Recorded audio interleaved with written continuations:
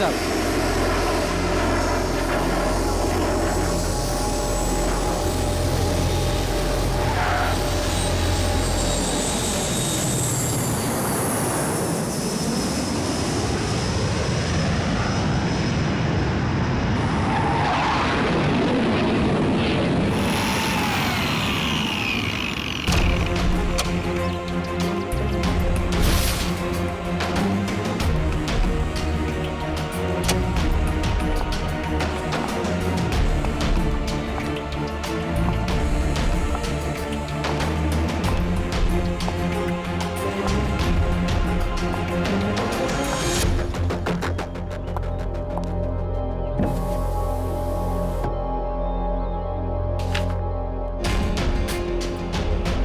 ओह, तो ये टारगेट है।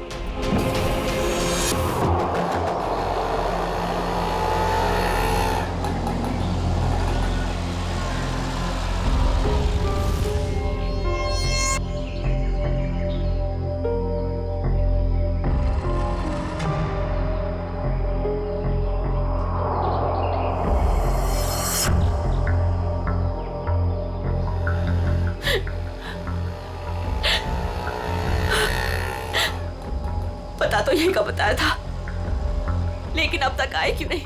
आ जाएगा अमित, आ जाएगा। संजनी बेटा, तुम इतनी चिंता मत करो।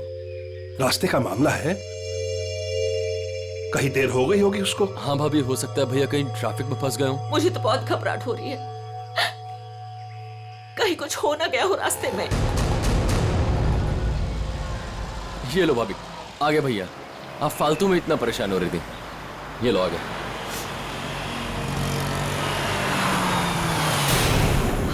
आप क्यों नहीं रहे? रुक क्यों गया वो? भैया को तो जगह पता थी।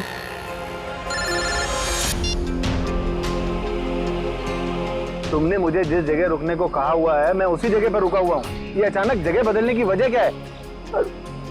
लेकिन हेलो, सुनो तो। हेलो, काट दिया। ये लोग यहाँ क्या कर रहे हैं? इन लोगों को मैंने मना किया था कि मेरे पीछे मत आए।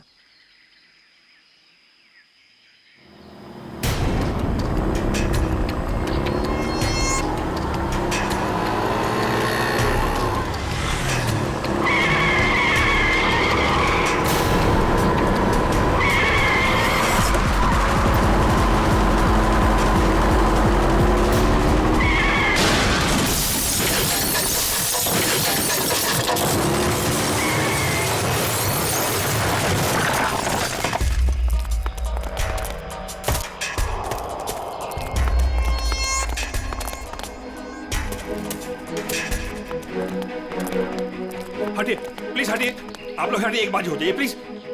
अमित, अमित, अमित, भैया, अमित, भैया।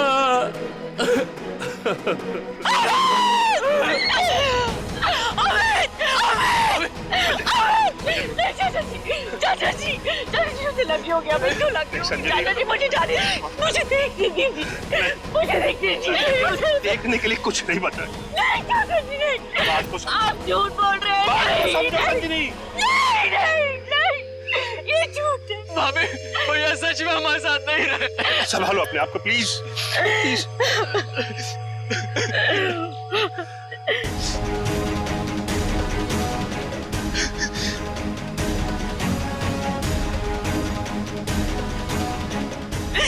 तुमने मेरे पति को मारा, तुमने मेरे पति को मारा है।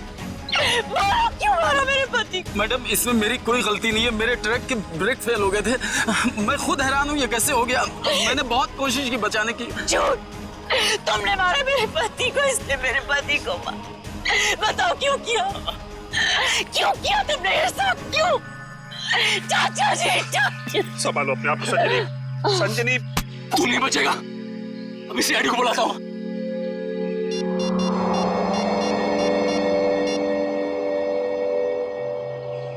Hello CID.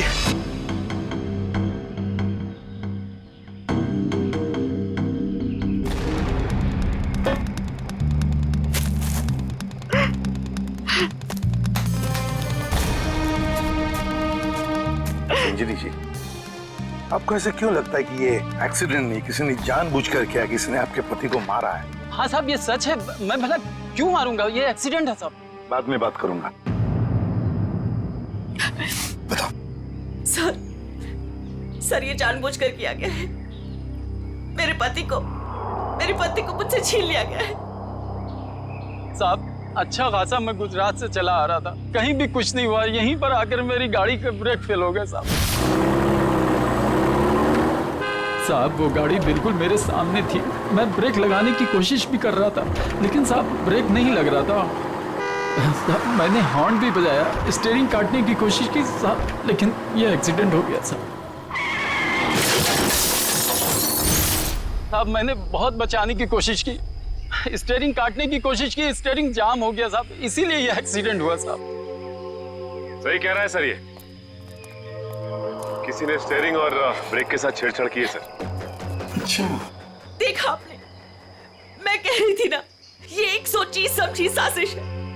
मेरे पति को मार दिया गया है सर, और मैं आपको बता सकती हूँ क्यों। छोड़ दो संजनी, अब हम कुछ भी कर ले, हमारा अमित तो वापस आने वाला नहीं, हमारा तो घर ही उजड़ गया ना।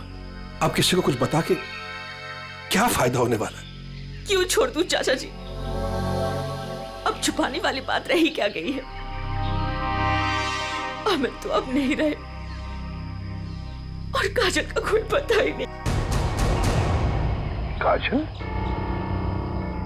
ये काजल कौन है?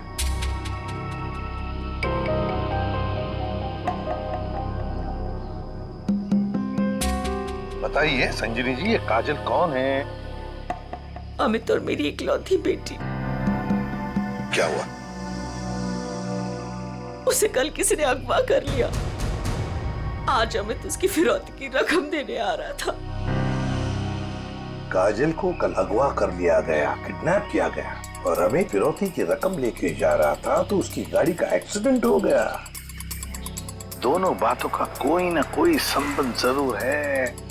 हाँ सर, मुझे ऐसे लग रहा था कि कुछ बुरा होने वाला है। मेरा दिल घबरा रहा था सर, पर मेरी किसी ने नहीं सुनी सर।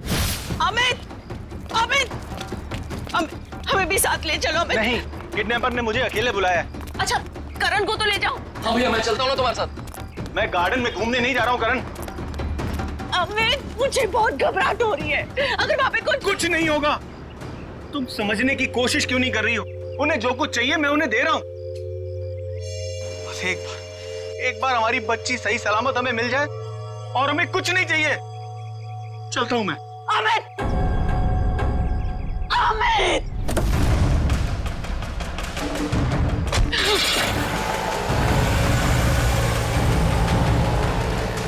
संजनी चलो अंदर चलते हैं, सब ठीक हो जाएगा। ओके चाचा जी मुझे बहुत घबराहट हो रही है, हमें पुलिस को बता देना चाहिए। नहीं संजनी, देखो तुम हमारे घर की बहू हो, लेकिन मैं तुम्हें अपनी बेटी जैसे समझता हूं, इसलिए तुम्हें नसीहत दे रहा हूं, अपने पति से पूछे बगैर कोई भी ऐसा कदम मत उठाओ प्लीज। नहीं चाचा जी, मैं तो जाऊंगी। आप लोग चल रहे हो तो चलो। करण गाड़ी निकालो।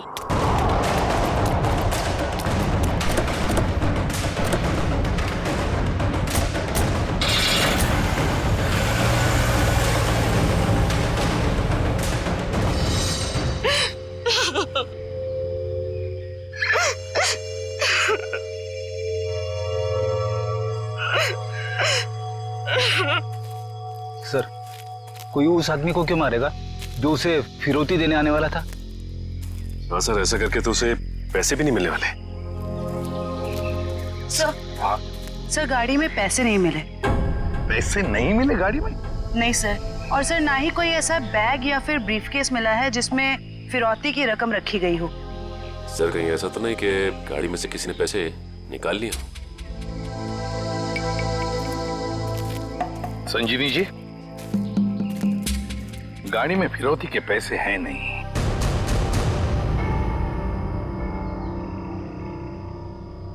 पैसा नहीं था। पैसा नहीं था? फिरौती कुछ और ही थी। क्या? कुछ और ही था। पैसा नहीं था तो और क्या था संजनी? सोना चांदी गहना कुछ तो होगा। मुझे कुछ नहीं पता। मैंने अमित से पूछा था लेकिन उन्होंने मुझे बताया ही नहीं। कुछ नहीं। क्यों कर? तुम्हें कुछ पता है? सर हमें बस इतना पता था कि काजल को अगवा करने वालों ने फिरौती मांगी है और भैया आज यहाँ फिरौती देने वाले थे। कितना था, क्या था, हमें कुछ भी नहीं पता सर। संजनी जी, पता नहीं क्यों लेकिन मुझे लग रहा है कि आप लोग कुछ छुपा रहे हैं। हमसे कुछ भी छुपाइए मत। यही वक्त है सच सच बताने का। हम कुछ भी नहीं छुपा रहे हैं सर, यकीन कीजिए। सर मेरी बेटी को बचा लीजिए।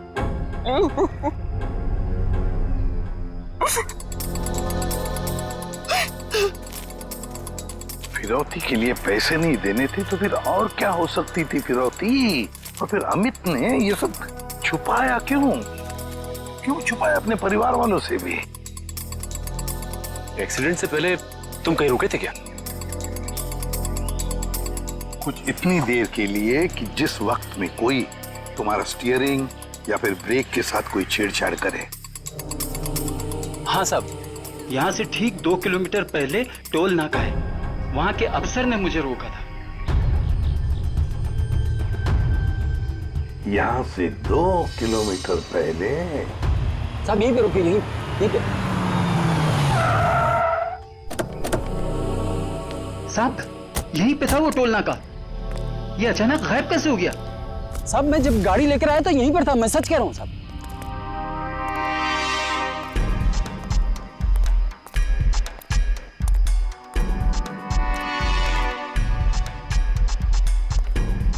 अगर यही था तो गायब कहाँ हो गया? ये देखो, यहाँ झाड़ियों के पीछे गायब हुआ है वो टोल नाका। हाँ साहब, ये बैरल और बम्बू तो यहाँ पर थे, वहाँ कैसे पहुँच गए? ये नकली टोल नाका सिर्फ तुम्हें रोकने के लिए बनाया गया था। और जब तुम यहाँ के उस नकली ऑफिसर से बात कर रहे होगे उस वक्त तुम्हारे ट्रक के ब्रेक और स्टीयरिंग के साथ किसी ने छेड़खानी की है। यानी सर ये सब नकली था? जी हाँ, सब कुछ नकली था। अब एक काम करो, उस नकली ऑफिसर का स्केच बनाओ हमारे लिए। जी सर। सर यही है वो नकली ऑक्ट्रॉय ऑफिसर जिसने ट्रक रोका था। हमारे रिकॉर्ड में इसका कुछ मैच वगैरह है? नहीं सर, किसी से भी नहीं। सिर्फ इतना ही नहीं सर, जो अमित को फिरौती के लिए फोन आ रहे थे जिस नंबर से, उसका पता भी गलत दिया हुआ है। अब जिस समझ में नहीं आता, एक बाप अपनी बेटी को छुड़ाने के लिए फिरौती की रकम लेके जा रहा है, उसका खून होता है। क्यों होता है खून? क्या वजह हो सकती है? और सर फिरौती अगर पैसा नहीं है तो और क्या हो सकता है? बॉस, शायद मैं कुछ मदद कर सकता हूँ आप लोगों को। तुझे गाड़ी में कोई फिरौती की रकम मिल गई क्या? नहीं, रकम नहीं मिली। कोई ज्वेलरी जो गाड़ी में छुपा के रखी गई हो फिरौती के तौर पे देने के लिए? नहीं, बिल्कुल। अरे डॉक्टर साहब, आपका हर जवाब अगर नहीं और बिल्कुल नहीं है तो मिला क्या आपको? आइसक्रीम। अमित की कार में आपको आइसक्रीम मिली है? नहीं। हाँ नहीं खानू की क्या मजाक है ये? सीधे सीधे बता क्या मिला है तुझे? मजाक नहीं है बॉस, बताता हूँ। मुझे अमित की दाहिने हाथ की उंगलियों में आइसक्रीम मिली। सर आइसक्रीम का फ्लेवर क्या था? Good question. Butterscotch flavour की आइसक्रीम थी। सर आपको पूरा यकीन है कि आपकी जांच में कुछ गड़बड़ नहीं हुई है? तुम्हें मेरी जांच पर यकीन है कि नहीं? सर है, यकीन है, मगर ये यकीन करना थोड़ा मुश्किल हो रहा है सर कि एक आदमी अपनी अगवा की हुई बेटी के लिए फिरौती लेके जा रहा है और इस काम से पहले वो बटर स्कॉच आइसक्रीम के मजे लेने लगता है। देखो भाई, वो क्या कर रहा था क्या नहीं कर रहा था ये मुझे नहीं मालूम। अब इस क्लू से आप लोग कुछ ढूंढ सकते हैं तो ढूंढिए। मैं चलता हूं, बाय।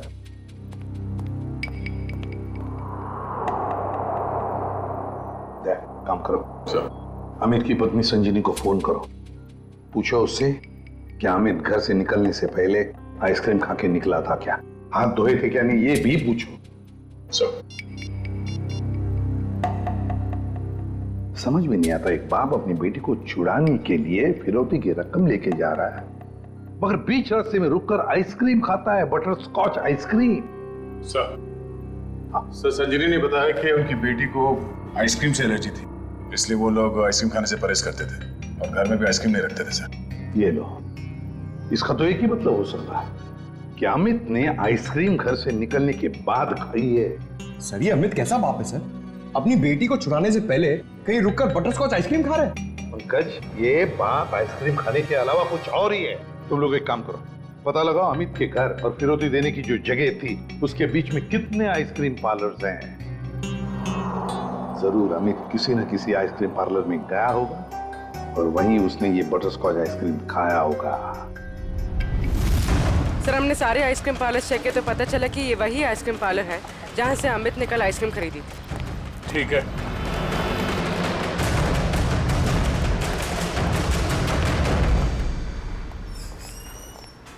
आइए सर। आपको ठीक से याद है कि कल अमित ने आप ही के आइसक्रीम पार्लर से वो बटरस्कॉच आइसक्रीम खरीदी थी? जी सर। और बड़े मजे से उसने आइसक्रीम खाई होगी। नहीं सर, उन्होंने उसे डिलीवरी करने के लिए कहा था।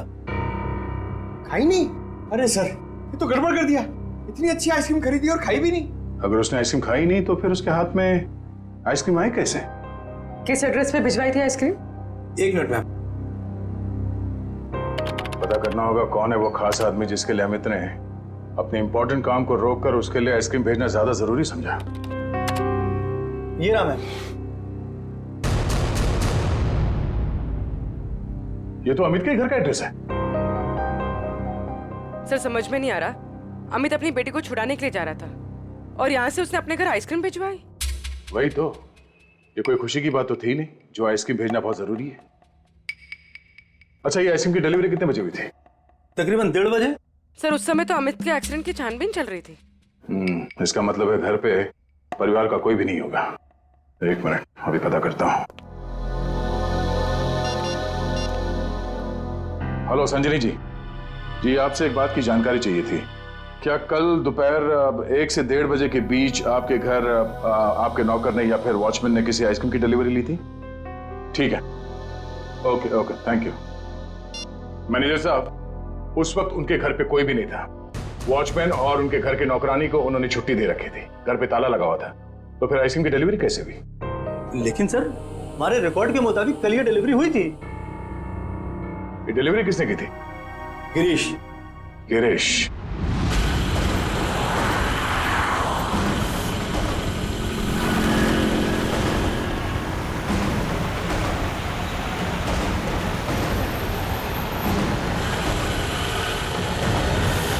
सर हम इस बटरस्कॉच का गिरीश का पीछा क्यों कर रहे हैं सर? अबे ये तो पता चल गया था कि कल अमित ने आइसक्रीम का जो ऑर्डर दिया था उसके घर तक नहीं पहुंचा। हाँ सर। अब हमें ये पता चलेगा कि इस डिलीवरी बॉय ने इस आइसक्रीम के साथ क्या किया था। सर इसलिए आपने फिर से आइसक्रीम अमित के घर के पते पर ऑर्डर की? मैंने तो सिर्फ अमित का जो ऑर्डर है उसे दोहराया है। अब देखते हैं ये डिलीवरी बॉय क्या करता है। सर आपको लगता है गिरीश वही करेगा जो उसने कल किया था? लगता नहीं है पंकज, गिरीश ने फिर से वही गलती की है। वो देखो, वो दूसरे रास्ते पे मुड़ गया।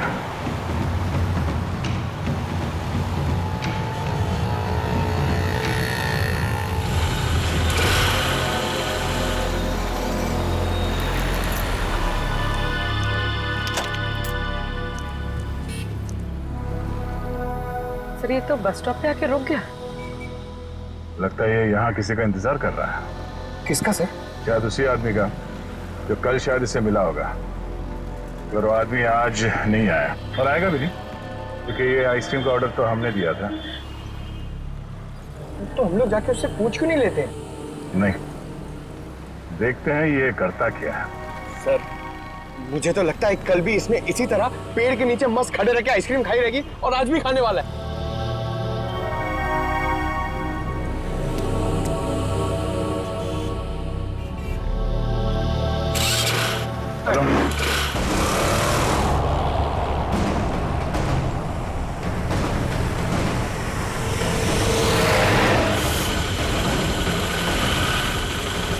अबे यार, इसने तो आइसक्रीम का मिल्क शेक बना दिया होगा।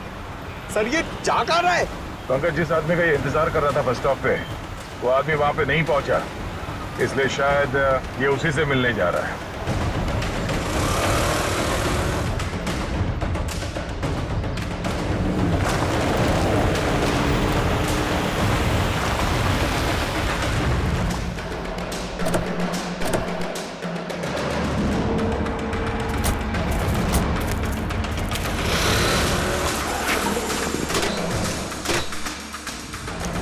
लगता है ये उसी आदमी को ढूंढता हुआ यहाँ पर आया।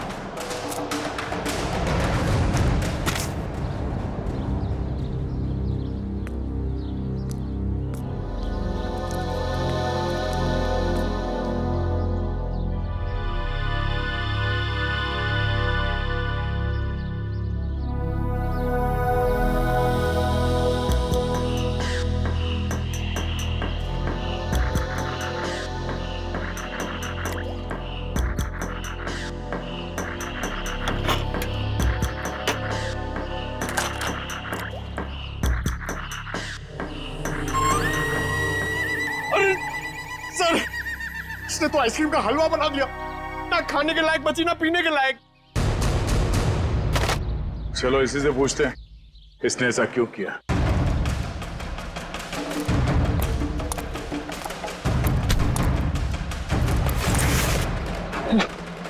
हेलमेट निकाल।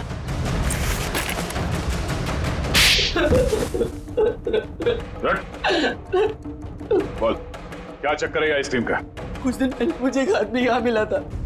उसने मुझसे कहा तुम्हारे आइसक्रीम पार्लर पे अमित नाम का एक आदमी आएगा और वो बटर स्कॉच आइसक्रीम ऑर्डर करेगा सर। और कल अमित ने आइसक्रीम पार्लर में आकर बटर स्कॉच आइसक्रीम का ऑर्डर दिया। हाँ सर आया, और उस आदमी ने मुझे वो पता पहले से ही बता दिया था जिस पे अमित को वो आइसक्रीम डिलीवर करानी थी। लेकिन उसने मुझसे कहा था कि आइसक्रीम उस एड्रेस पर डिलीवर ना कर उसको दे दूं सर। और तुमने आइसक्रीम उसे दे दिया? हाँ सर, वो मुझे बस स्टॉप पे मिला और आइसक्रीम लेके चला गया सर। उसने ये काम करने के लिए मुझे पूरे 2000 रुपए दिए सर। उस आदमी का नाम, पता, फोन नंबर कुछ मालूम है? नहीं सर, गलती हो गई सर, माफ कर दीजिए। वो आदमी दिखता कैसा था? उसकी हाइट करीब 5 फुट 6 इंच होगी, रंग गोरा था, नाक उसकी चपटी थी सर, क्लीन शेव ही रखता था, जब भी आता था हमेशा बाइक पे आता था सर। सर ये आदमी तो बिल्कुल वैसा ही हुलिया बता रहा है जैसे उस ट्रक ड्राइवर ने बताया था। मतलब एक ही आदमी दोनों जगहों पे था, ऑक्ट्रॉय नाके पे और बस स्टॉप में। तुम ये बताओ कि उस आइसक्रीम के टब में तुम उंगली डाल के क्या ढूंढ रहे थे? सर मैंने अमित जी को उस आइसक्रीम के टब में कुछ रखते हुए देखा था।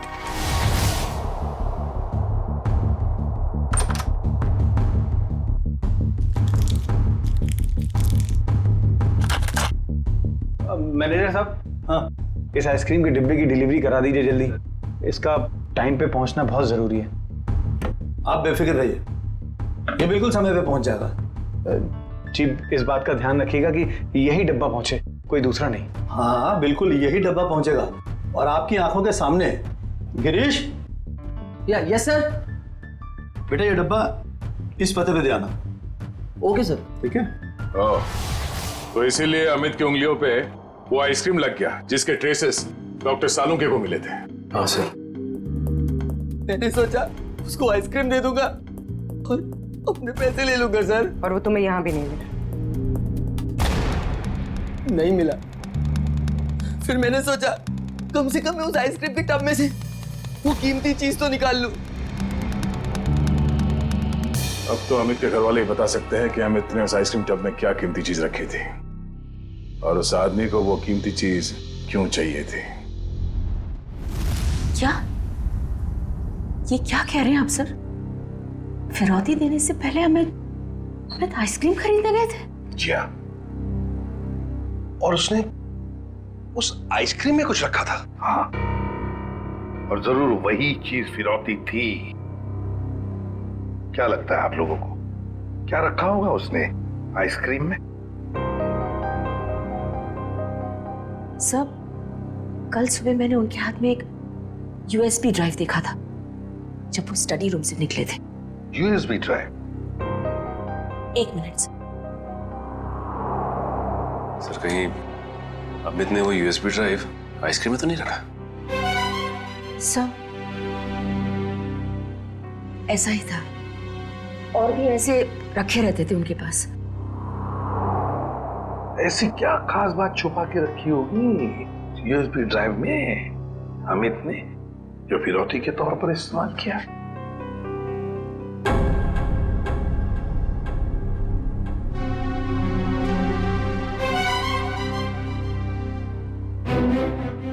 फिर चुप हो,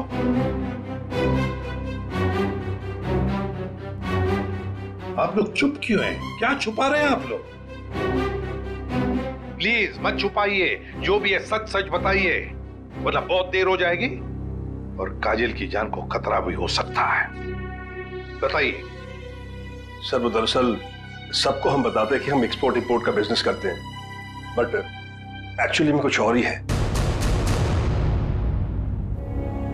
सर, हम सरकार के लिए लाइव हथियार बनाते हैं।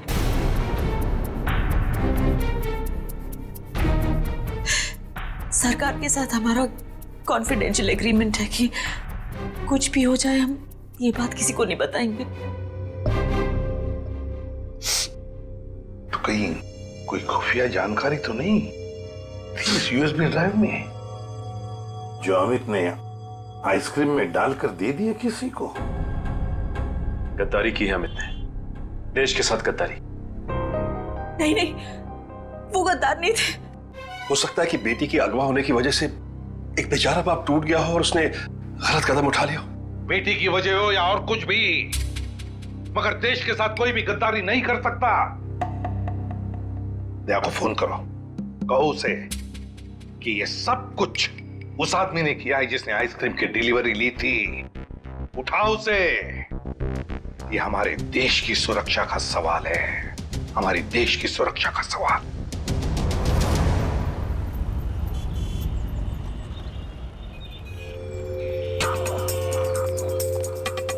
सर, इस दुकान के सीसीटीवी से सामने वाले बस स्टॉप का फुटेज हमने उस पॉइंट से क्यों किया है जब वो आइसक्रीम डिलीवरी बॉय सामने आके रुका था। गुड, लेकर सर देखते हैं कौन है वो आदमी जो डिलीवरी बॉय से आइसक्रीम लेकर गया।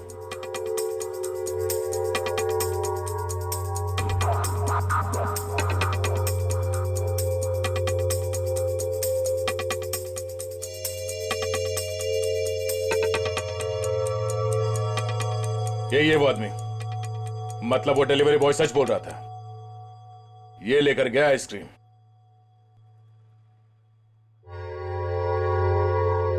पूर्वी एक मिनट पॉज करो।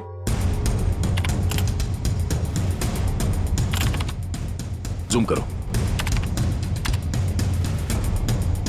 बाइक का नंबर दिख रहा है, पता करते हैं ये है कौन। मैं बस थोड़ी देर टीवी देख लेता हूँ।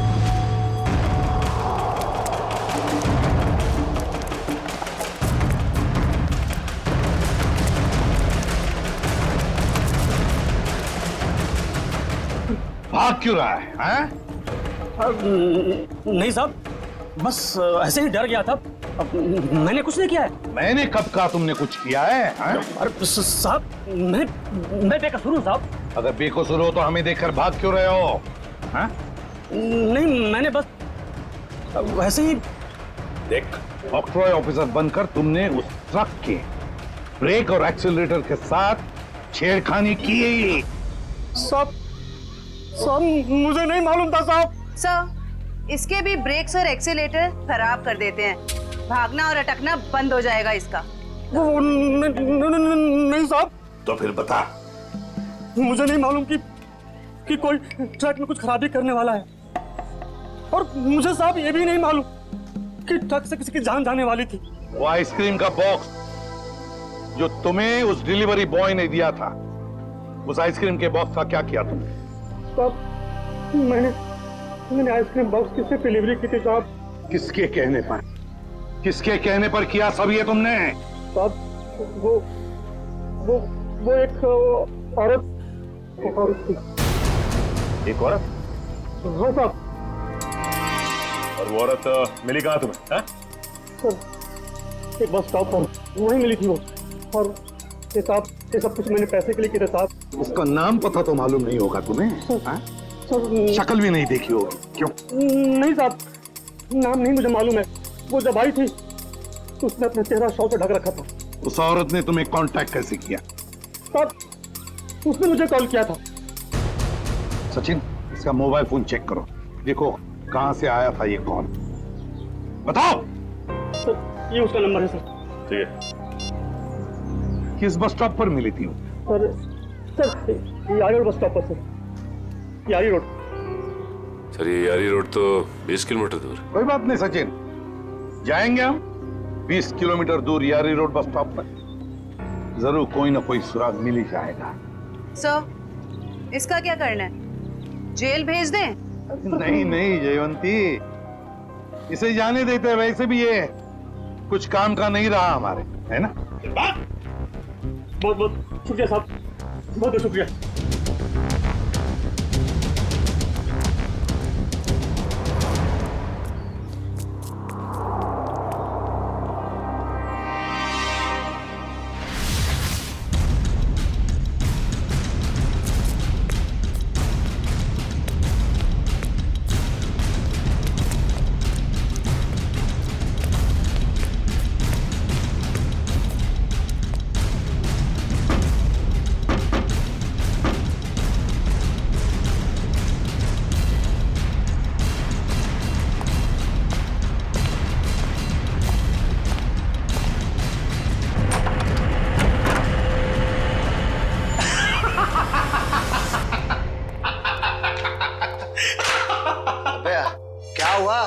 इतना हंस क्यों रहा है? अरे यार, आज 3 सीआईडी वालों को चूना लगा के आ रहा हूं। उन्होंने मेरी बातों पर भरोसा कर लिया। अरे बता तो। अरे यार, सीआईडी वालों ने तो मुझे पकड़ ही लिया था। मुझे लगा कि आज तो मैं गया, लेकिन उसके बाद मैंने कहानी सुनाई, एक ऐसी कहानी सुनाई ऐसी कहानी सुनाई कि सीआईडी वालों को भेज दिया कि यारी रोड बस स्टॉप। बिल्कुल झूठी कहानी।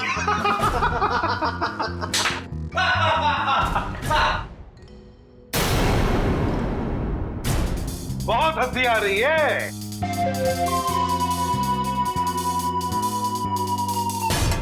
चलो अब हम भी एक कहानी सुनाते हैं तुम लोगों को कि कैसे सीआईडी वालों ने इस टॉमी को बेवकूफ बनाया।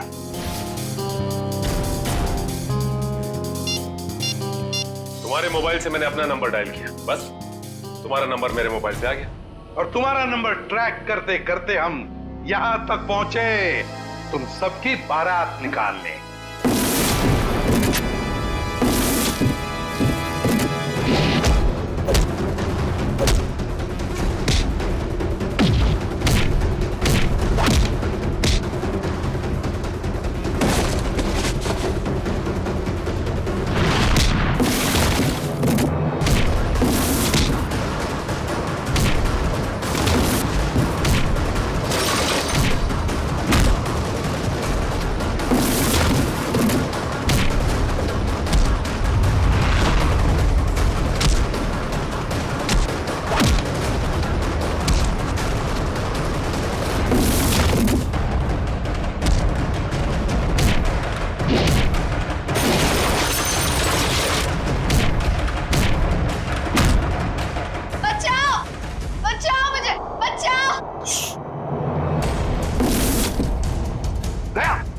कोई बच्चा चिल्ला रहा है, शायद नीचे।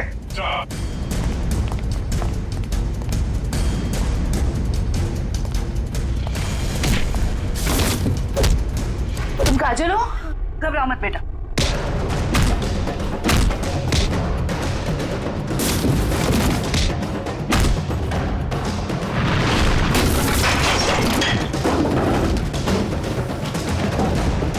चलो।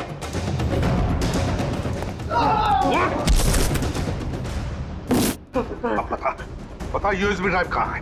सर मुझे नहीं पता सर। बोल। मुझे नहीं पता सर। अंकल, वो यूएसबी इनके पास नहीं है, किसी और के पास है। किसी और के पास है? किसके पास है बेटा? मैंने उन्हें बात करते सुना था।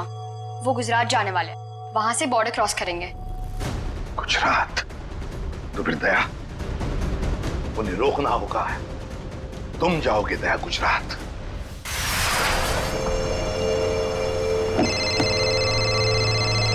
हेलो निखिल, नजरें गड़ा के रखना। हाँ सर। बॉर्डर की तरफ यही दोनों रास्ते जाते हैं, उन्हीं में से किसी में होगा वो। ओके सर, ओके, हम लोग नजर रखते हैं। और ये भी पता चला है कि वो हरे रंग की ओपन जीप है। निखिल, हरे रंग की जीप में वो लोग, हरे रंग की, समझे? हरे रंग? कहीं भी दिखाई पड़े रोक लेना उनको। Okay sir. वो लोग हरे रंग की जीप में बॉर्डर की तरफ जा रहे हैं। बॉर्डर क्रॉस कर रहे हैं? हाँ सर। हरे रंग की जीप।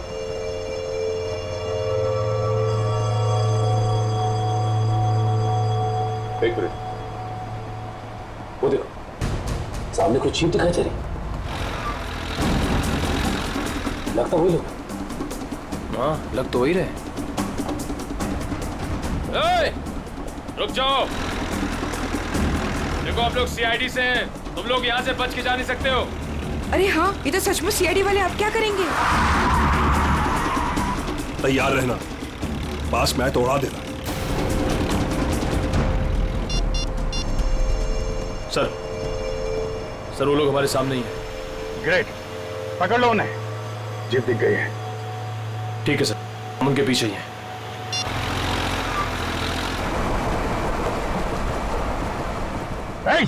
रुक जाओ तुम लोग, हम लोग सीआईडी से। रुक जाओ। एक मिनट, देखिए फायर मत करो। ये तो नजदीक आ रहे हैं, प्लीज जल्दी चलो, कुछ करो। देखो तुम लोग गलत कर रहे हो, हमारी बात सुनो। फायर कर रहे हैं।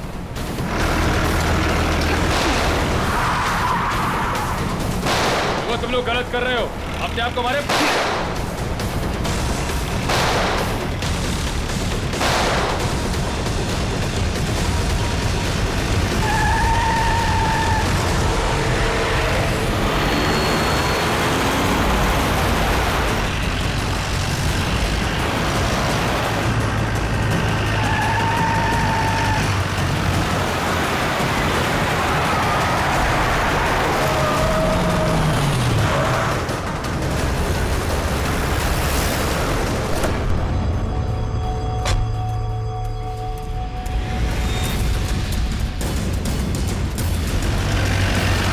देखो निकल।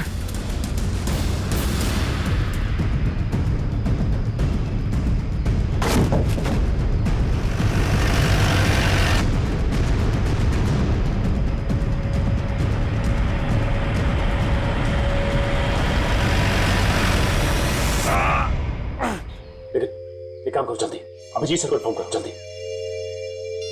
इस गाड़ी को भी अभी खराब होना था। सर हम लोग उनका पीछा कर रहे थे, सर हमारी गाड़ी फंस गई। Oh no. सर उनको पता चल गया हम उनका पीछा कर रहे हैं। हाँ सर। Okay sir. ठीक है, हम लोग देखते हैं। ओके सर, ठीक है सर। क्या हुआ? यार उन लोगों की जीप तो फंस गई है और दुश्मन निकला जा रहा है। क्या करें? एक रास्ता है हमारे पास, गाड़ी घुमाओ गया।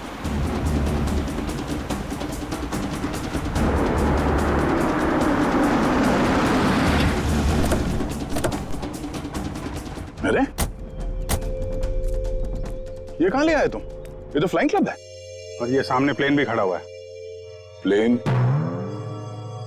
अरे हाँ, कुछ दिनों पहले तुम प्लेन चलाना सीख रहे थे ना, तो तुम ये प्लेन उड़ा सकते हो? कोशिश कर सकता हूं। क्या बात है, चलो।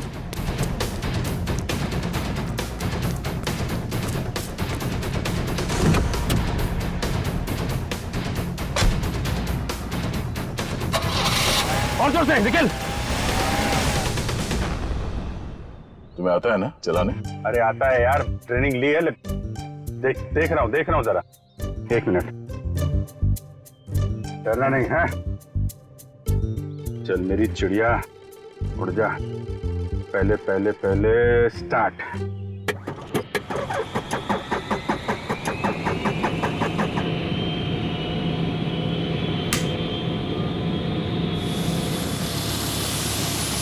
अरे अभिजीत, ये कहाँ जा रहा है? अरे यार एक मिनट करता हूँ। अभिजीत क्या कर रहे हो यार? ये कहाँ जा रहा है? तुम्हें चलाना आता है ना? ये हो जाएगा यार। अभिजीत, ये सवाल क्या? बैठे रहो। हो जाएगा यार। ये अरे आजा चिड़िया, इधर आजा। क्या यार, मैंने 2 ही लेसन लिए थे। अरे यार, अरे पकड़ के बैठो। चल। याद आया। यही है।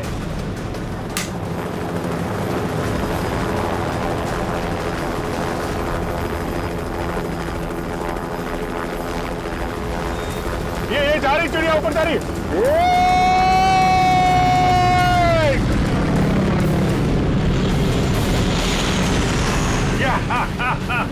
हो गया ना यार।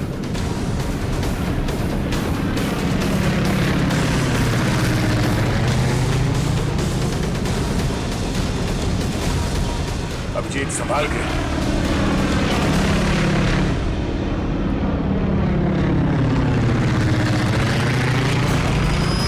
हमें किसी भी तरीके से जीप को बॉर्डर पार करने से रोकना होगा। वो देखो, हाँ? सचिन और निखिल इस तरह।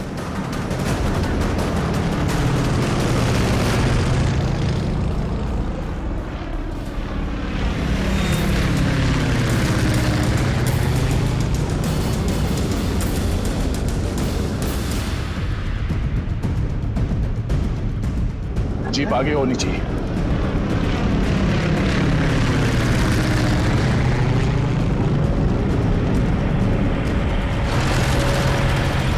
वो देखो अभिजीत, जीप आ गई है। पीछे चलो अभिजीत।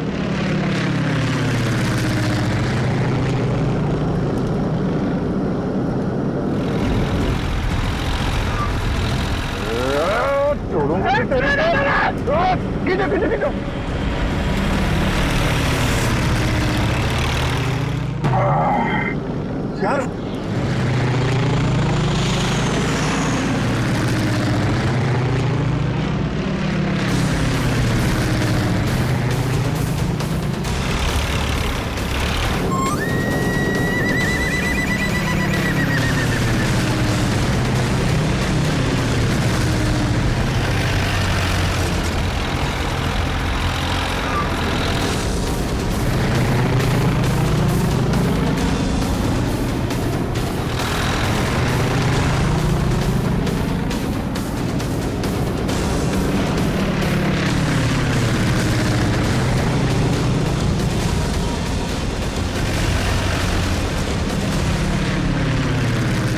काम करते हैं, इसको पीछे से ही पकड़ते हैं। जो भी करना संभाल के करना है।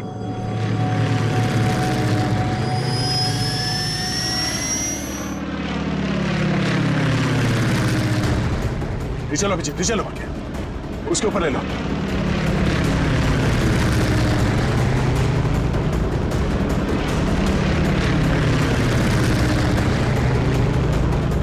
छोड़ूंगा ना इसको आज। दया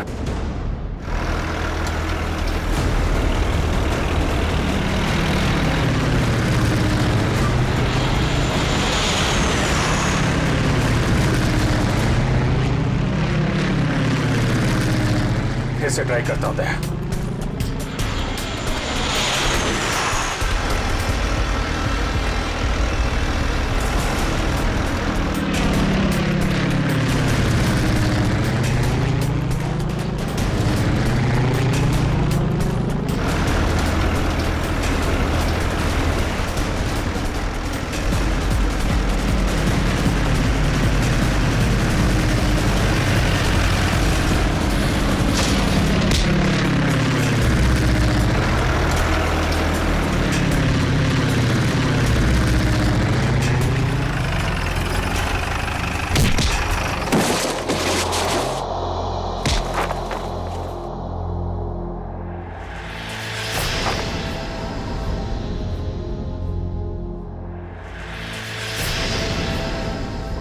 जगन, शर्म आनी चाहिए जगन तुम्हें। अपने ही परिवार की लड़की को किडनैप किया तुमने, और ऋचा तुम पैसों की लालच में इस गुनाह में शामिल हुई थी। तुम्हारे पास तो वो इन्फॉर्मेशन पहले से थी जो तुमने अमित से फिरौती के तौर पे मांगी थी, तो फिर तुमने ये सब क्यों किया? क्योंकि मैंने वो सारी इन्फॉर्मेशन पहले ही दुश्मनों को भेज दी थी, और मुझे पता था कि सरकार को इस बात का पता चल जाएगा। इसलिए तुमने किडनैपिंग का ड्रामा किया ताकि इसमें अमित फंस जाए। जी, और जब सरकार इस बात की छानबीन करेगी तो यही पता चलेगा कि अमित ने अपनी बेटी की जान बचाने के लिए वो सीक्रेट्स दुश्मनों को भेज दी। अमित को तो तुमने बहुत सफाई से मरवा दिया ताकि किसी को कुछ पता ना चले और मामला यहीं खत्म हो जाए। और जब इसे पता चला कि हम इसके सच्चाई तक पहुंचने वाले हैं तो देश छोड़ के भागने की तैयारी में था। कहां तक भागोगे अपने गुनाह से बच के? फांसी का फंदा तुम्हारा इंतजार कर रहा है।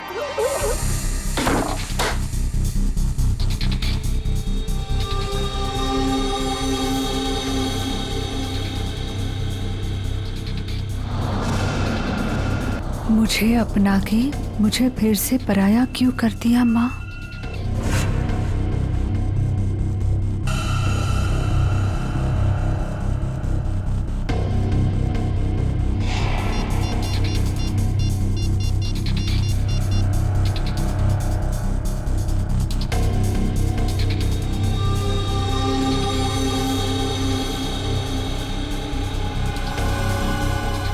क्या आपने मुझसे कभी प्यार नहीं किया माँ?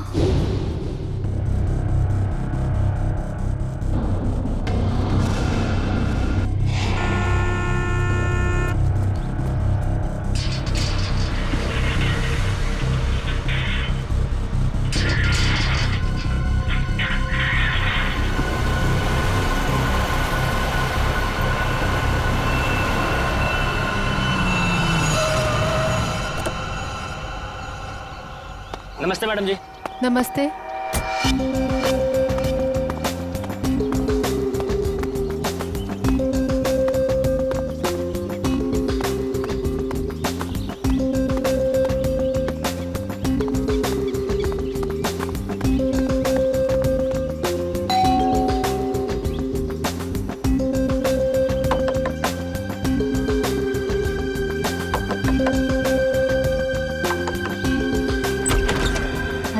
दरवाजा कैसे खुला है?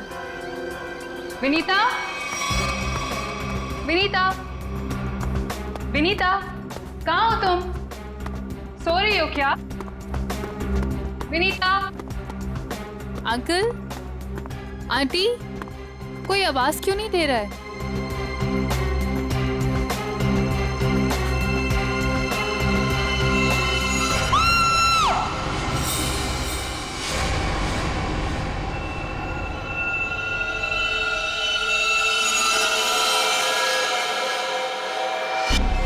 काफी खून बहा है सिर से।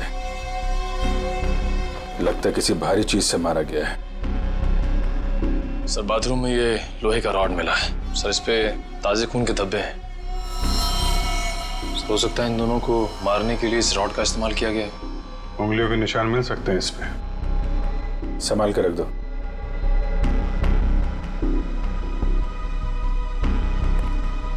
वैशाली जी, आपने सबसे पहले देखा लाशों को? मैंने और मेरी फ्रेंड विनीता ने टेनिस खेलने का प्लान बनाया था। जब मैं यहाँ आई तो विनीता मुझे नहीं मिली और अंकल आंटी की लाश। लाश के आसपास किसी को देखा था? यहाँ पे कोई नहीं था। और बाहर का दरवाजा खुला हुआ था? जी, पर मुझे विनीता की फिक्र हो रही है क्योंकि उसका फोन सुबह से बंद आ रहा है। विनीता का कोई फोटो है आपके पास? फोटो तो ये रही।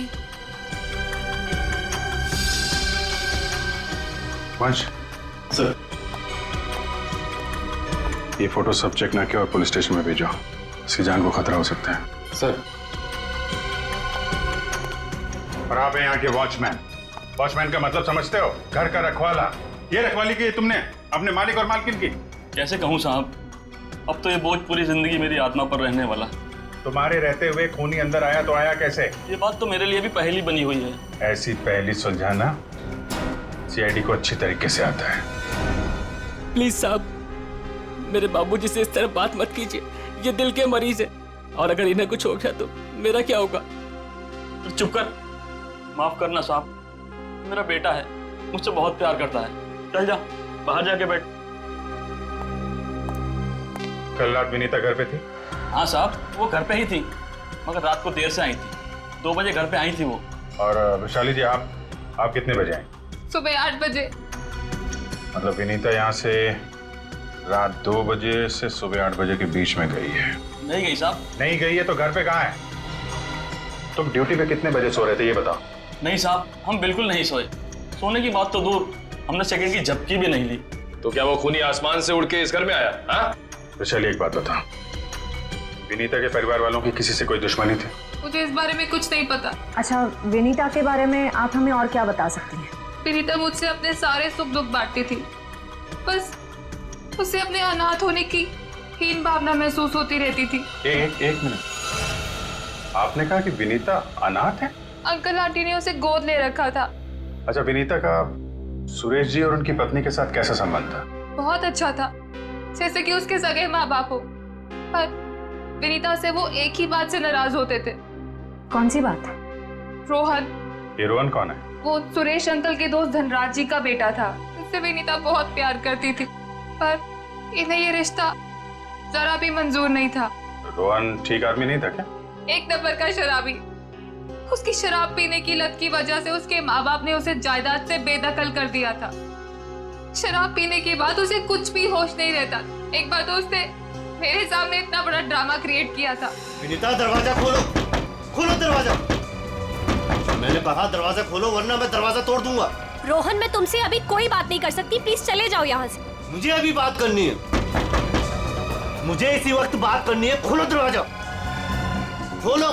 साहब, बिटिया ने मना किया ना, वो आपसे नहीं मिलना चाहती है, आप जाइए यहाँ से। विनीता, ये क्या कर रही हो? दरवाजा मत खोलो। मुझसे इस तरह से बात करने वाला। हाँ विनीता, तुम्हारे पापा एकदम सही कह रहे हैं। अभी वो होश में नहीं है, दरवाजा मत खोलना। और अच्छे से समझा दे कि दोबारा मुझसे पंगा ना ले। हट विनीता। ये क्या ड्रामा लगा रखा है रोहन? चलो अभी चलो यहाँ से। अरे, और माफी मांगो इनसे।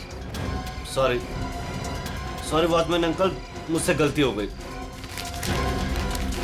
ये मेरी बदतमीजी की कीमत। दारू पी के तुम कुछ भी करते हो ना, कुछ भी बकते हो। चलो यहाँ से, चलो रोहन। हो सकता है इस रोहन ने शराब के नशे में आके सुरेश जी और उनकी पत्नी का खून कर दिया, और फिर विनीता को अपने साथ लेकर चला गया। इस रोहन का नंबर है आपके पास? हाँ, नंबर तो है मेरे पास। 1982345561।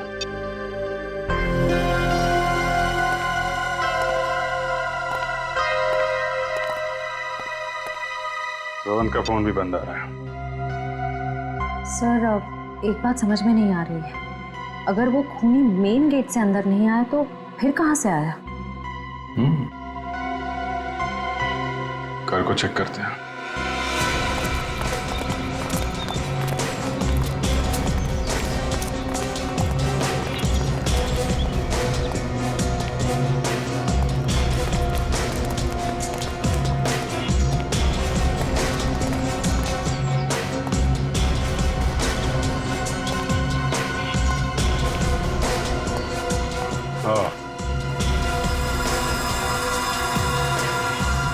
ये देखा?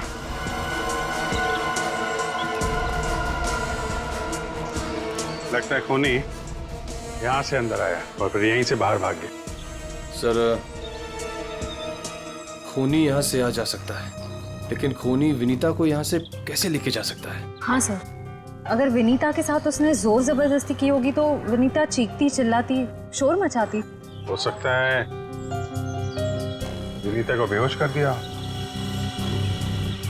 इसके पहले उसे कुछ हो, हमें उसे ढूंढना होगा और इस रोहन से भी मिलना पड़ेगा।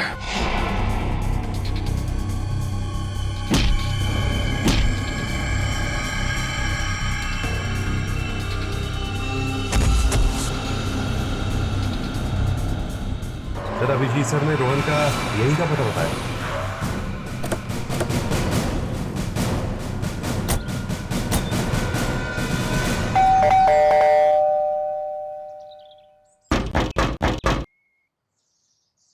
सर, ये रोहन वाकई में अंदर नहीं है या फिर जानबूझ के दरवाजा नहीं खोल रहा है? अभी पता चल जाएगा।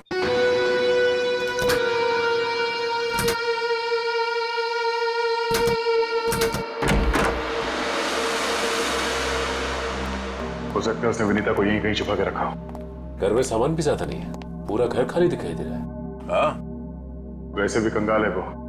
माँ बाप ने तो बेदखल कर दिया था उसे। सचिन,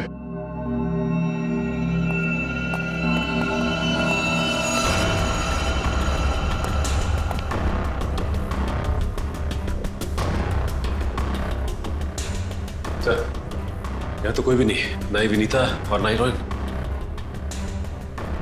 हो सकता है उसने अपना ठिकाना बदल दिया। काम करो, घर की तलाशी लो, कोई ना कोई सुराग जरूर मिलेगा।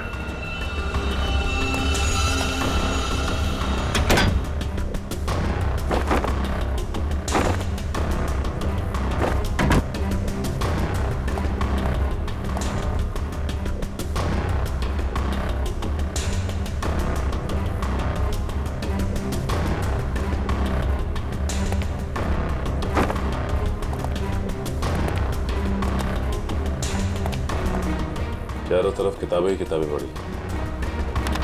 लगता है इस रोहन को किताबें पढ़ने का बहुत शौक था। नजरिया बदलिए, बहुत अच्छी किताब है ये।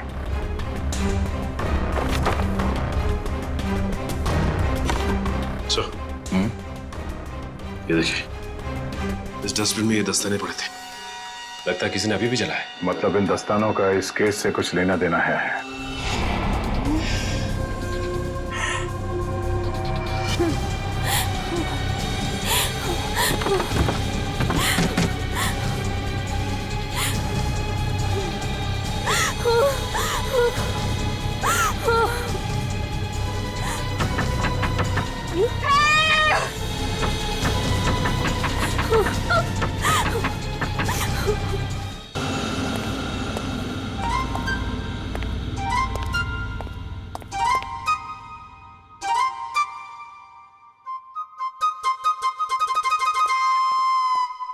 Ready sir. मेरे इतने बड़े शरीर के इत्तू से दिमाग में ना एक बात नहीं घुस रही है। कौन सी बात? ये रोहन का मेन मकसद था विनीता से शादी करना, करेक्ट? करेक्ट। फिर इसने अपने सास ससुर की जान क्यों ली? अरे वृषाली ने बताया था ना कि उसे शराब पीने की बहुत जबरदस्त लत थी, और शराब के नशे में लोग अक्सर कुछ भी कर जाते हैं, उन्हें कुछ याद नहीं रहता। हाँ क्या? शराब के नशे में इतनी ऊंची दीवार कोई कैसे चढ़ सकता है, भले रस्सी के सहारे क्यों? और फिर विनीता, वो तो शराब नहीं पीती, वो क्यों गई रोहन के साथ? सर वैसे भी विनीता तो उनकी सगी बेटी थोड़ी थी। जो कुछ भी हो, लेकिन वो अपने माता पिता से बहुत प्यार करती थी। नहीं नहीं नहीं, कुछ और ही चक्कर है। लगता है इन दोनों को मारने का ही प्लान था। सर, हाँ, लगता है ये काम किसी लुटेरे का होगा। फ्रेडी लुटेरा नहीं हो सकता। कोई लूटने के लिए आता तो घर का सारा सामान वैसे के वैसे कैसे रहता? नहीं, ये मुजरिम जो भी है ना, उसका एक ही मकसद था, इन दोनों को खत्म करने का। सर, हाँ, एक बहुत ही हैरान कर देने वाली बात पता चली है। क्या? सर, विनीता ने 1 हफ्ते पहले फायर ब्रिगेड में फोन किया था, और ये रही उस फोन कॉल की audio clip. Hello fire brigade, मेरे घर में आग लगी है, प्लीज जल्दी किसी को भेज दीजिए। मेरा एड्रेस है 603 हर्ष विहार शांति नगर। लेकिन सर, जब फायर ब्रिगेड वाले उनके घर पहुंचे तो विनीता की मम्मी माला जी ने उन्हें ये कहकर वापस भेज दिया कि वहां कोई आग वाग नहीं लगी है। हाँ, उसके घर में तो कोई आग लगने का निशान भी नहीं मिला। अरे झूठ क्यों कहा उसने? यही बात तो समझ में नहीं आ रही। फायर ब्रिगेड वाले ने खुद देखा था स्टोर रूम से धुआं निकलते हुए। उसने अंदर जाना भी चाहा, लेकिन माला जी ने उसे रोक दिया। माला जी ने फायर ब्रिगेड वाले को अंदर जाने से रोक दिया? क्यों? कुछ और ही चक्कर है।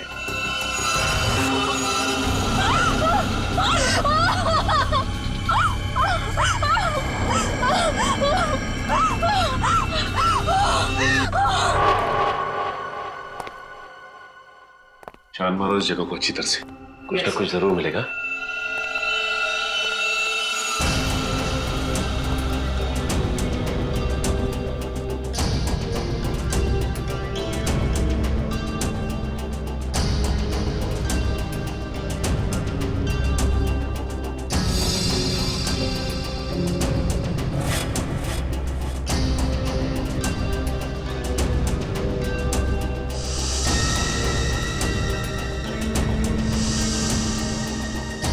ये क्या हुआ सर?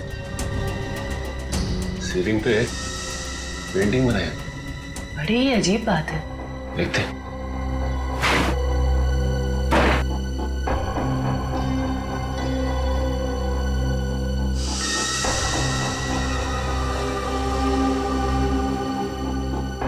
ये क्या? ये तो लगता है धुएं से बना हुआ निशान है, जलने की वजह से। मतलब सर फायर ब्रिगेड वाला सही कह रहा था, यहाँ पे आग तो जरूर लगी है। सर इस पेंटिंग से जली हुई सीलिंग को अच्छी तरह छुपाने की कोशिश की है। लेकिन सवाल ये उठता है कि सुरेश की पत्नी ने झूठ क्यों बोला फायर ब्रिगेड से? आखिर यहाँ पे ऐसी कौन सी आग लगी थी? सीलिंग का सिर्फ यही वाला हिस्सा जला।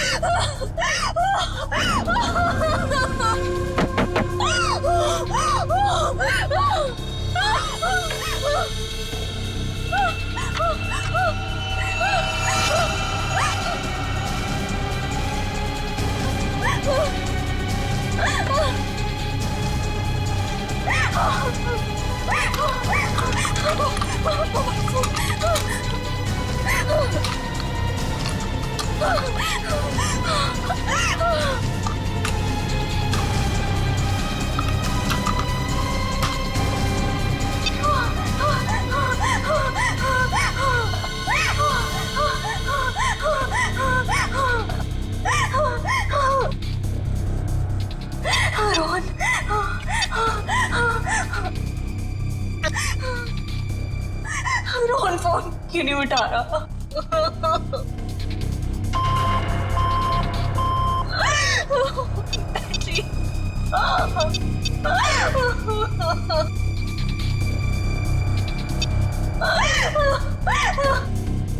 वैशाली पे फोन नहीं उठा रही।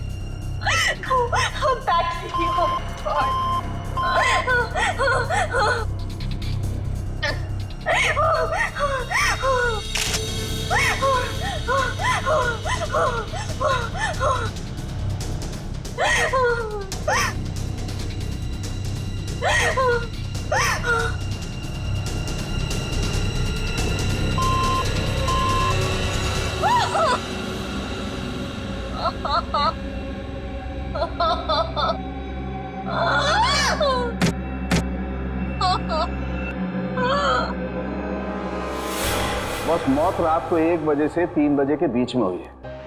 और सर वॉचमैन कह रहा था कि विनीता रात को 2 बजे घर लौटी थी। सर अगर खून उससे पहले हुए होते तो वो चीखती चिल्लाती या बाहर जाती। मतलब खून 2 और 3 बजे के बीच में हुए हैं। सालुंके साहब, हमें जो लोहे का रॉड मिला था उसके ऊपर से खूनी के उंगलियों के निशान मिले या नहीं? नहीं, बस कोई उंगलियों के निशान नहीं मिले। नहीं मिले? रोहन के घर में से हमें आधे जले हुए ग्लव्स मिले थे। कहीं रोहन ने वो ग्लव्स तो नहीं पहने थे ये खून करते वक्त? हो सकता है, तारिका वही चेक कर रही है। सर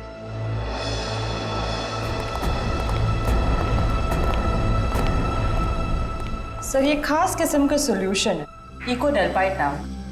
अगर मैं इस सॉल्यूशन को इन दस्तानों पर डालूं तो इन दस्तानों पर जो कुछ भी लगा हुआ होगा वो अलग हो जाएगा। अरे वाह, फॉरेंसिक टेक्नोलॉजी कहां से कहां पहुंच गई है।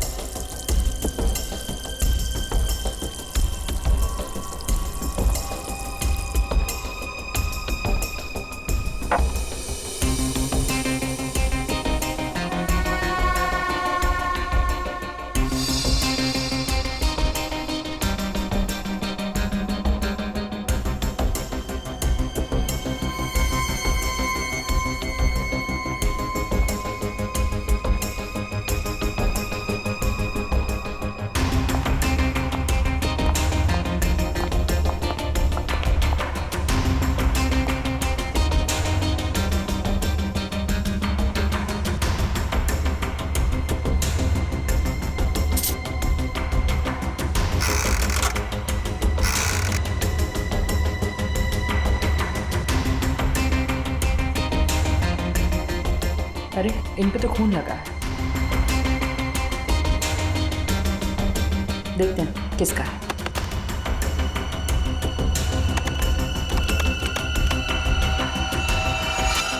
पॉजिटिव सर, ये खून मिस्टर एंड मिसेस सुरेश का ही है। मतलब सर ये खून रोहन ने ही किया है? एक मिनट होल्ड ऑन।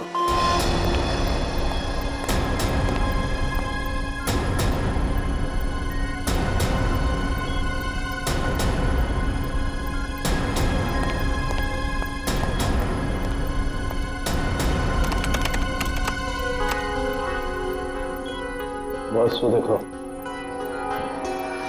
दस्तानों पर ये जो दिखाई दे रहे हैं ये रस्सी के रेशे। सर कहीं ये वही रस्सी तो नहीं जो हमें विनीता के घर के बाहर मिली थी? ये डॉक्टर साहब का कंप्यूटर कैसा है? टी करते रहता है। बस दस्तानों पर रस्सी के रेशे के अलावा कुछ और भी है। क्या? थोड़ा वक्त दो, पता लगाता हूं।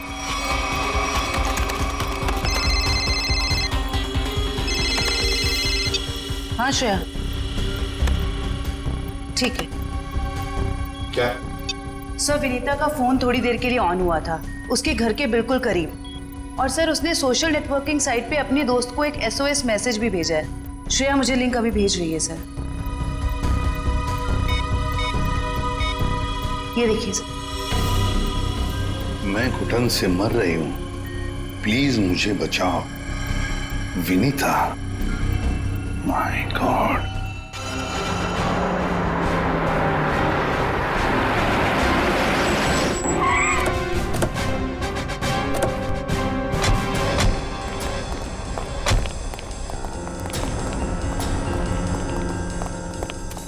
फिर मोबाइल कंपनी ने बताया कि विनीता का फोन आखिरी बार यही ऑन हुआ था। इस घने जंगल में नेटवर्क मिला, यही बड़ी बात है। जरा देखो आसपास।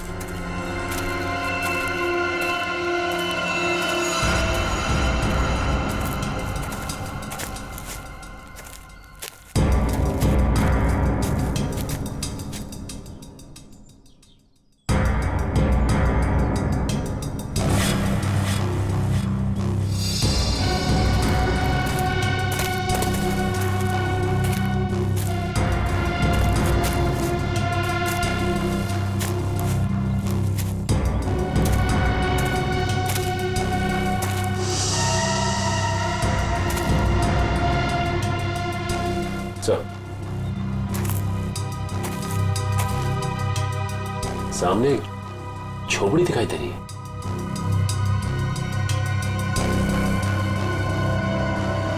दिव्या, पंच।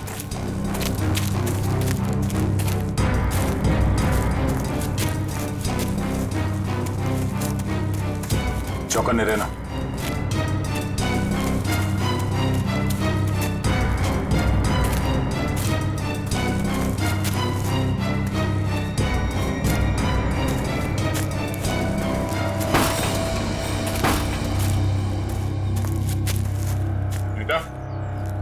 बेटा, तो तलाशी लो।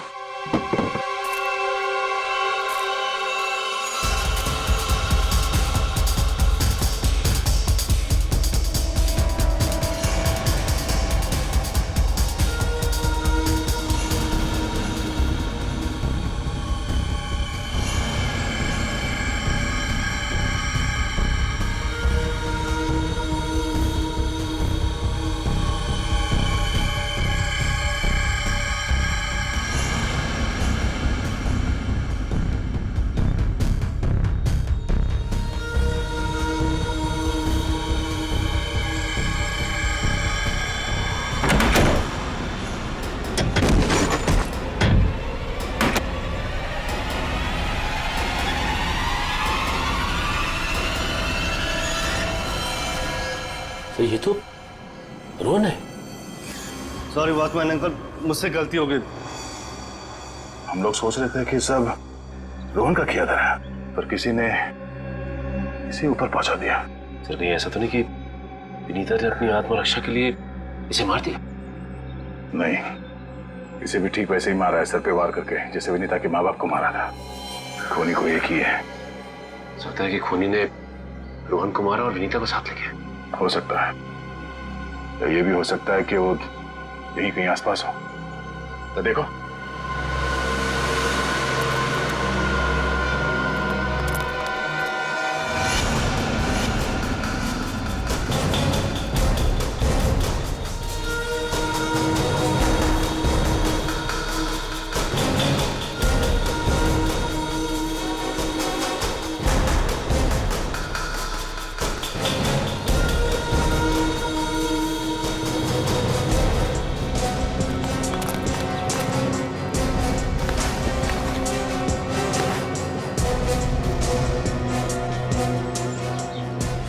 सर आसपास भी कुछ नहीं मिला तो कुछ नहीं मिला। सर ये देखिए, फावड़ा और कुदाल।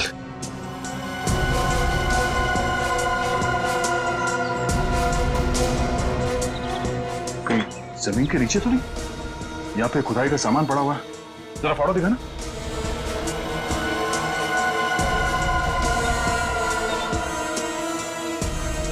इस फावड़े पे गीली मिट्टी लगी हुई और ये पत्ता।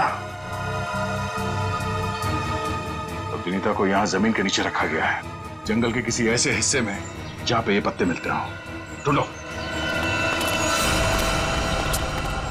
जरा देखो आसपास।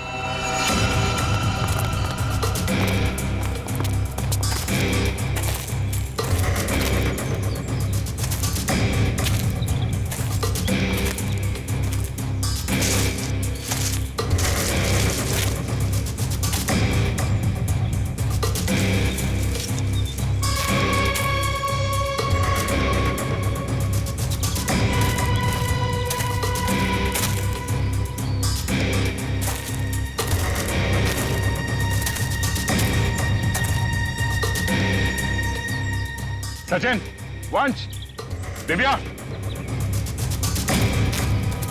ये देखो, लगता है हाल फिलहाल में यहाँ खुदाई हुई है। वंश, खुदाई का औजार लिया जल्दी। सर।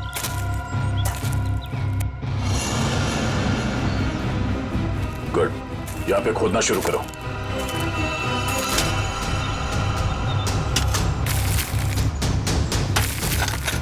एक मिनट हट जाओ।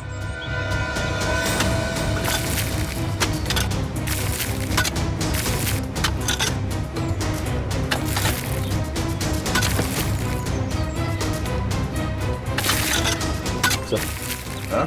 कुछ है। एक मिनट, खोदा बंद करो, हाथ से निकालो।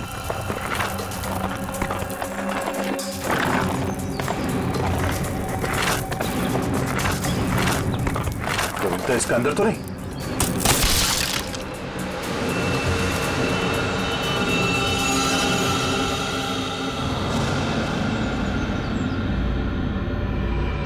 विनीता! ओह नो, सांसें धीमी चल रही है, इसे अस्पताल ले जाना होगा। निकालो उसको बाहर जल्दी। हाथ दो, निकालो बाहर, निकालो।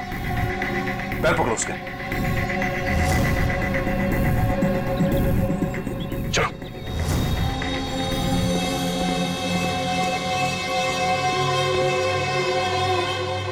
इतना समय बीत गया है, पता नहीं किस हाल में होगी विनीता। हम तो वक्त रहते उसे यहाँ ले आए, उम्मीद तो यही है कि वो ठीक हो जाएगी। ठीक भी हो जाएगी तो भी रोहन की मौत और उसके माँ बाप की मौत का सदमा पता नहीं बर्दाश्त कर पाएगी कि नहीं। मैं हमेशा कहता हूँ कि सीआईडी में सबसे मुश्किल काम यही है, किसी को किसी अपने की मौत की खबर देना। हाँ डॉक्टर साहब, कैसी है विनीता? अब खतरे से बाहर है, उन्हें होश आ गया। गुड, हम उनसे बात कर सकते हैं? हाँ बात कर सकते हैं, लेकिन वो काफी तनाव में, बहुत देर तक कम ऑक्सीजन में रहने की वजह से फिलहाल बहुत ज्यादा कमजोर है वो। थोड़ा संभाल के ध्यान रखिएगा इस बात का। ठीक है, हम इस बात का ख्याल रखेंगे। Thank you. चलो।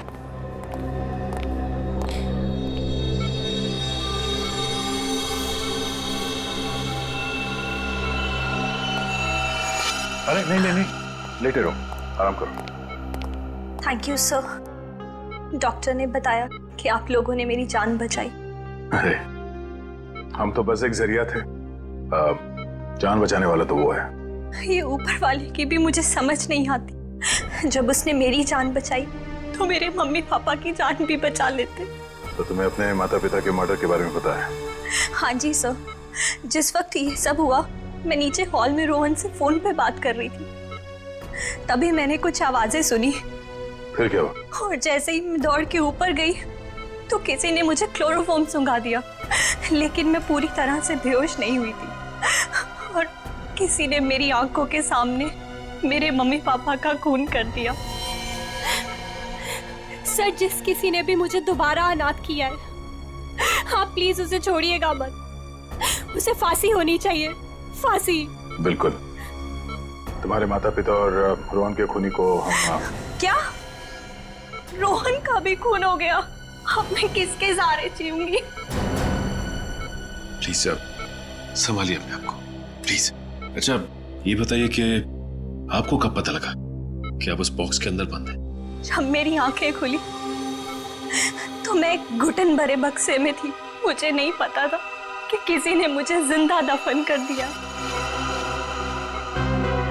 अच्छा विनीता, उनमें से किसी का चेहरा देखा था तुमने? नहीं सर। ठीक है। आरोप साहब, दया, वो जो रस्सी है उस रस्सी पर मुझे भेड़ का बाल मिला है। उस रस्सी पे भेड़ का बाल मिला? हाँ दया, भेड़ का बाल। और भेड़ भी ऐसी वैसी नहीं, हिमालय पर रहने वाली भेड़। ओह, मतलब वो रस्सी किसी ऐसे आदमी का है जो हिमालय पर्वत के आसपास जाके आया है या फिर वहीं का रहने वाला है? बिल्कुल बिल्कुल। ठीक है डॉक्टर साहब, मैं आपसे बाद में बात करता हूँ। ओके। अच्छा हाँ दया, विनीता कैसी है? ठीक है, होश आ गया उसे। गुड गुड, चलो ठीक है फिर, बाय। Okay sir. विनीता, ये बताओ कि तुम्हारे आसपास में कोई ऐसा आदमी है जो हाल ही में हिमालय जाके आया था क्या, या फिर वहीं का रहने वाला हो जो यहाँ पे आया हो? सिर्फ हिमालय पे नहीं, नेपाल भी गए थे मम्मी पापा। अच्छा, कब की बात है? 1 महीने पहले की। वो खुद से वहां गए थे या ये ट्रैवल एजेंट के जरिए टूर पैकेज में? टूर बुक करवाया था सर।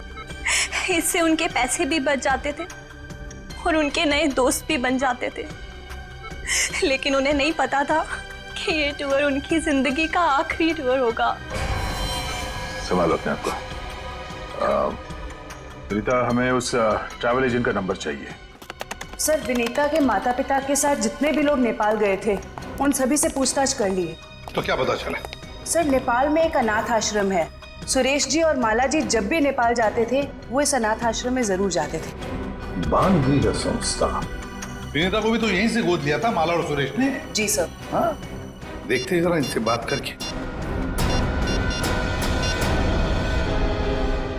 हेलो, देखिए मैं एसीपी प्रद्युमन बोल रहा हूँ सीआईडी से, या मुंबई। अच्छा देखिए, मुझे माला और सुरेश के बारे में कुछ इंफॉर्मेशन चाहिए। हाँ हाँ, वो 1 महीने पहले आपके यहाँ आए थे ना? अच्छा अच्छा, तो प्लीज एक काम करेंगे आप, वो फोटोग्राफ्स हमारे सीआईडी के वेबसाइट पर मुझे भेज देंगे आप? Okay, thank you. क्या हुआ सर, किसकी तस्वीरें मंगवाई आपने? विनीता को गोद लेने से पहले सुरेश और माला ने इसी अनाथ आश्रम से 1 साल पहले एक लड़के को गोद लिया था, गोविंद नाम में। गोविंद, लगता है फोटोग्राफ्स आ गए।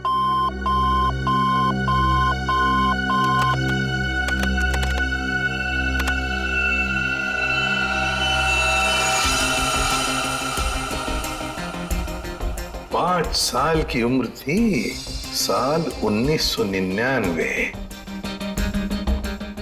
मतलब सर, वो आज तकरीबन 20 साल का होगा। अभी पता चल जाएगा गोविंद अगर आज है कैसे दिखता होगा।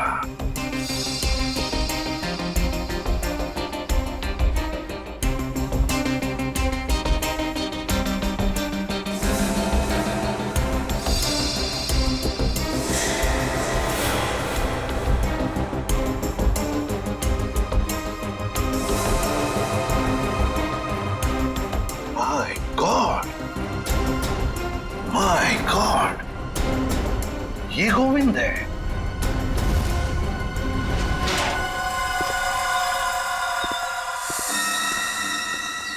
अब देखते हैं कहां भागेगा।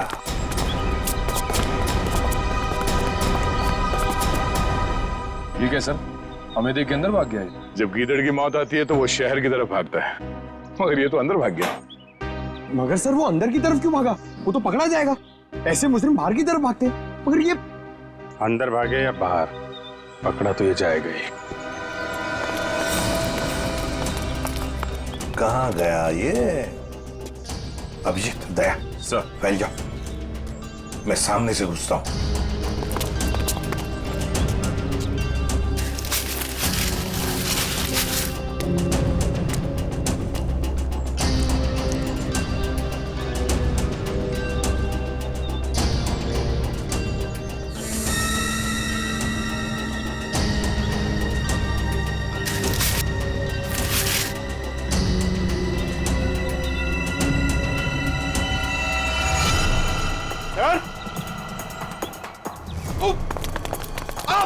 सर अरे अरे क्या हुआ? सर खुजली हो रही है सर।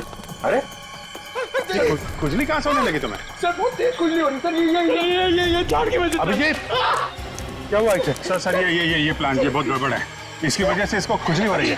एक मिनट अरे जल्दी से हॉस्पिटल ले संभाल के, कुछ नहीं होगा। आ जाओ आराम से संभाल के। तो जानबूझकर हमें यहाँ अंदर बुलवा लिया है। जाल रचा है उसने खुजली वाले पौधों का। संभल के रहना, यहीं कहीं छुपाई है।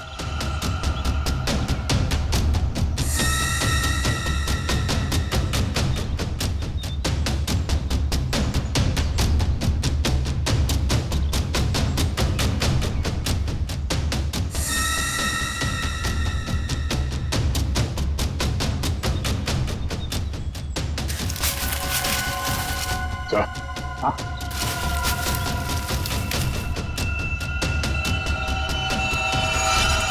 चलो बाहर निकलो। बहुत बना लिया पौधों को हथियार। अब विदाई का समय आ गया तुम्हारा। ससुराल चलना है। चलो। प्लीज साहब, मेरे बाबूजी से इस तरह बात मत कीजिए। बहुत गड्ढे खोद लिए दूसरों के लिए, गिर गए ना उसी में।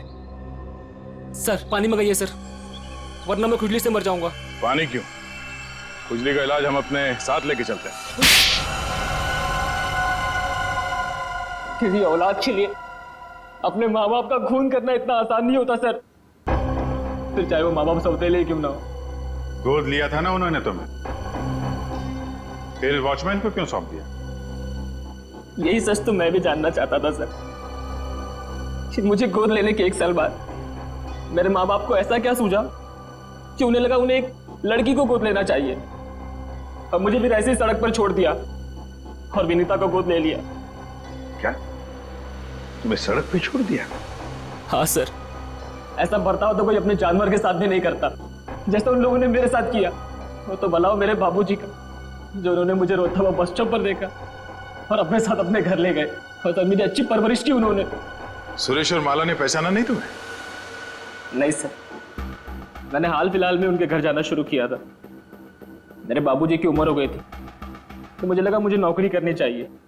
क्या तुम्हारे बाबूजी जानते नहीं थे कि तुम उनके मालिक के बेटे हो?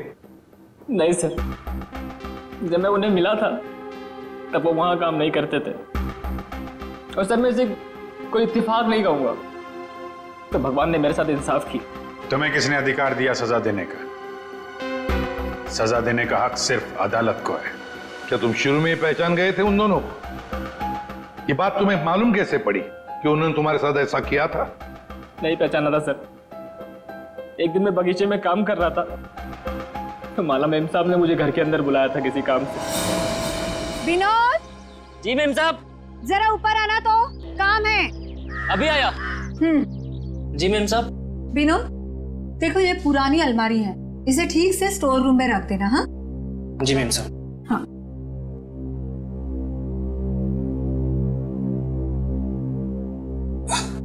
क्या हुआ विनोद, बहुत भारी है क्या? बहुत ज्यादा भारी मेम साहब। एक काम करता हूँ, इसमें से कुछ सामान बाहर निकाल लेता हूँ। मगर निकाला हुआ सामान फिर से रख देना अंदर। हाँ जी मेम साहब। हाँ।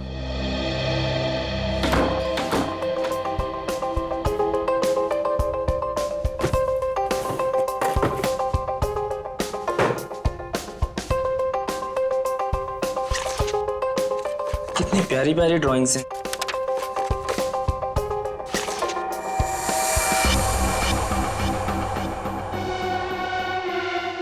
ये तस्वीर तो मेरे बचपन की है। इसका मतलब साहब और मेम साहब ने मुझे गोद लिया था। विनोद कितनी देर, जल्दी करो। जी मेम साहब, बस हो गया।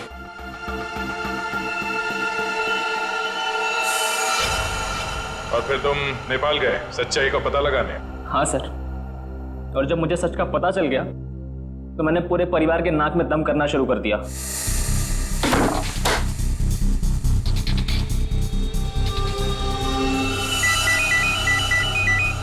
किसका फोन है? हेलो हेलो, अरे जवाब क्यों नहीं दे रहे हो? हेलो, कौन है? ऐसा क्यों किया? कौन बोल रहा है? आपका बेटा। बेटा? क्या? बताइए, ऐसा क्यों किया? मुझे अपना बनाकर फिर से अनाथ क्यों कर दिया? देखो, ऐसी बातें फोन पर नहीं होती हैं। आमने सामने मिलो, फिर बैठ के बात करते हैं। बताइए कहाँ मिलना है? मेरे घर। ठीक है, पहुंच गया।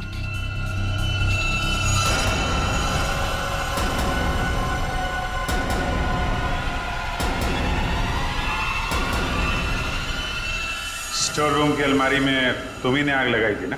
हाँ सर, पर माला जी नहीं चाहती थी कि उनकी सच्चाई दुनिया को मालूम पड़े और समाज में उनकी बेइज्जती हो, इसीलिए फायर ब्रिगेड को भी उन्होंने वापस भिजवा दिया।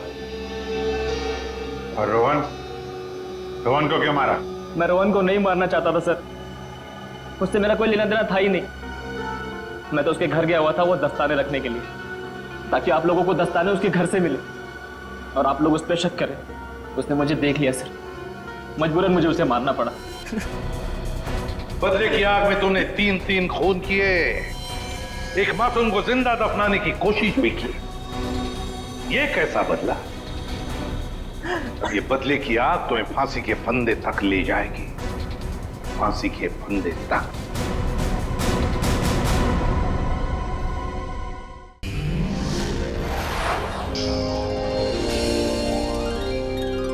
CID के और भी मजेदार और सस्पेंस से जुड़े एपिसोड्स को देखने के लिए हमारे चैनल को सब्सक्राइब करें और बेल आइकॉन दबाना ना भूलें।